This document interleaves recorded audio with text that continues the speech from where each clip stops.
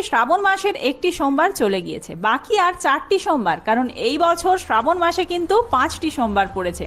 যারা এই শ্রাবণ মাসে প্রত্যেক সোমবার না করতে পারবেন তাদের জন্য কিন্তু প্রথম সোমবার আর শেষ সোমবারটি অবশ্যই তারা পালন করবেন। কোনো সমস্যা থাকলে 2টি সোমবার পালন করলেও হবে। তো চলুন, দ্বিতীয় সোমবার কিন্তু ইতিমধ্যে আসতে চলেছে, আর একদিন পরেই শ্রাবণ মাসের দ্বিতীয় সোমবার 10ই শ্রাবণ 27শে জুলাই। এই দিনেই পালিত হবে শ্রাবণ মাসের দ্বিতীয় সোমবার। এই দ্বিতীয় সোমবারে আপনারা কি কি উপকরণ নিয়ে দেবাদিদেব মহাদেবের পুজো করবেন, কি নিয়ম মেনে পুজো করবেন, কি মন্ত্রোচ্চারণ করবেন, সমস্তটাই থাকছে আজকের ভিডিওতে। তার সাথেই আপনারা যারা দেবাদিদেব মহাদেবের পুজো করছেন, উপবাস করলে কি খাবেন, কি কি খাওয়া যাবে না, সেটিও থাকছে আজকের ভিডিওতে। তো চলুন বন্ধুরা, আর দেরি না করে ভিডিওটি শুরু করা যাক।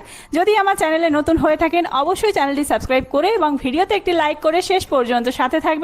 আশা করি ভিডিওটি আপনাদের জন্য খুবই হেল্পফুল হবে। ভিডিওটির মূল পর্বে যাওয়ার আগে দেবাদিদেব মহাদেবের যারা ভক্ত রয়েছেন অবশ্যই কমেন্ট বক্সে লিখুন হর হর মহাদেব, ওম নমঃ শিবায়। এই বছর শ্রাবণ মাস শুরু হয়েছে 18ই জুলাই থেকে, চলবে 18ই আগস্ট পর্যন্ত।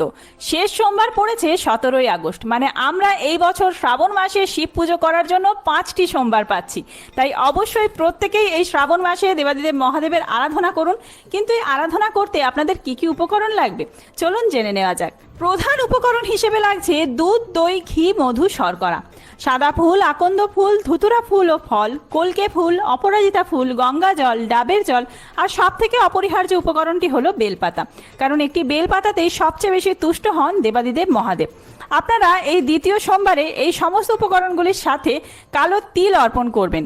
কালো তিল আপনার সংসারের মঙ্গল কামনায়, সংসারের শান্তি, সুখ, সমৃদ্ধি বজায় রাখতে সহায়তা করে। এবার চলুন জেনে নেওয়া যাক কি নিয়ম মেনে আপনারা পুজো করবেন। প্রথমেই আপনারা সকাল সকাল উঠে বাড়িঘর সমস্ত পরিষ্কার করে নিয়ে স্নান করে নেবেন। স্নান করে ঠাকুর ঘরে প্রবেশ করবেন। ঠাকুর ঘর সমস্ত পরিষ্কার করে নিয়ে যা কিছু নৈবেদ্য বললাম, এই সমস্ত কিছু নৈবেদ্য একে একে জোগাড় করে রাখবেন এবং তারপরে পুজোয় বসবেন।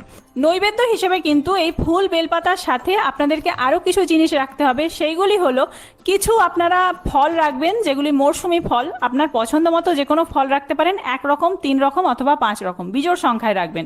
আর সাদা মিষ্টান্ন অর্পণ করতে হয়, এক্ষেত্রে আপনারা সাদা বাতাসা রাখতে পারেন অথবা সাদা সন্দেশ দিলেও হবে। আর 1 গ্লাস জল দেবাদিদেব মহাদেবকে দেওয়ার জন্য। সমস্ত নৈবেদ্য সাজানো হয়ে গেলে এবার পুজোর পালা। পুজোর শুরুতেই কিন্তু একটি রেকাবিতে তামার, কাঁসার অথবা পেতলের অথবা পাথর বাটিতে আপনারা শিবলিঙ্গটি স্থাপন করবেন। শিবলিঙ্গ রাখার পর তার সাথে যদি ষাঁড় থাকে, ত্রিশূল থাকে, যা কিছু আপনাদের কাছে রয়েছে সমস্ত কিছু একে একে তাতে রাখবেন। আর শিবলিঙ্গ সিংহাসন থেকে নামানোর সময় আপনারা কিন্তু ওম নমঃ শিবায় মন্ত্র জপ করবেন। এরপরে আপনারা প্রথমেই জলাভিষেক করবেন। গঙ্গা জল অথবা পরিষ্কার জল দিয়ে আপনারা শিবলিঙ্গটি ধুইয়ে নেবেন। ওম নমঃ শিবায় এই মন্ত্র 3 বার করে জপ করতে করতে আপনারা প্রথমে জলাভিষেক করবেন। জলাভিষেক হয়ে গেলে তারপরে কিন্তু আপনারা প্রথমে মাখিয়ে নেবেন ঘি। ঘি মাখানো হয়ে গেলে তারপরে মাখাবেন মধু শিবলিঙ্গে।